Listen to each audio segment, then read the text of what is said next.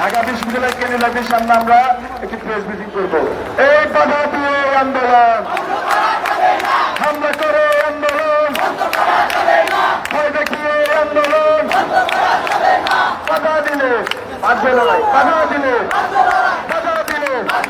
সেই লড়াইয়ে আমরা এখন মিছিল নিয়ে ক্যাম্পাসে প্রবেশ করবো।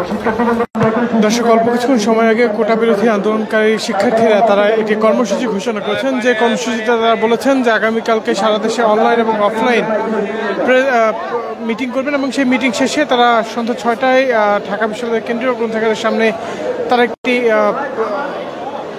প্রেস ব্রিফিং অথবা সংবাদ সম্মেলন করবেন এবং সেখানে তারা পরবর্তী কর্মসূচি ঘোষণা করবেন। তবে এখন পর্যন্ত তাদের যে অবস্থান, সেই অবস্থানটি শাহবাগ মোড়ে রয়েছে এবং শাহবাগ মোড়টিতে কিছুক্ষণ আগে যে চিত্রটি লক্ষ্য করেছি, শিক্ষার্থীরা ঢাকা বিশ্ববিদ্যালয়ের কেন্দ্রীয় গ্রন্থাগারের সামনে থেকে মিছিল নিয়ে তারা শাহবাগ মোড়ে আসে এবং এখানে তারা অবস্থান শেষে ইতিমধ্যেই শিক্ষার্থীরা তারা তাদের পরবর্তী কর্মসূচি সম্পর্কে ঘোষণা দিয়েছেন। যে কর্মসূচিতে তারা বলেছেন যে তাদের দাবি আদায় না হওয়া পর্যন্ত তারা কর্মসূচি চালাবেন এবং তাদের যে এক দফা দাবি, সেই এক দফা দাবির জন্য তারা তাদের কর্মসূচি চালিয়ে যাবেন।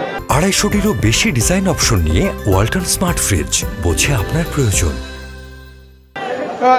তাদের যে আগামীকালকে কর্মসূচি সেটি যদি বলি, যে আগামীকালকে তারা একটি প্রেস ব্রিফিং করবেন এবং সারা দেশব্যাপী তারা অনলাইন এবং অফলাইন সম্পৃক্ততার কার্যক্রম চালিয়ে যাবেন। তবে এখন তাদের যে মিছিল, সেটি পরবর্তী সমাবেশ শেষ হয়ে গিয়েছে এবং সেই সমাবেশটির মধ্যেই ঢাকা বিশ্ববিদ্যালয়ের কেন্দ্রীয় টিএসসির সামনে গিয়ে শেষ হবে। এই ছিল মতো এখন পর্যন্ত সর্বশেষ তথ্য। এছাড়া দেশের যে কোনো ধরনের রাজনীতি, বিনোদন, খেলাধুলা এবং আন্তর্জাতিক সংবাদ পেতে মানবজীবনের সঙ্গে থাকবেন। ধন্যবাদ সকলকে।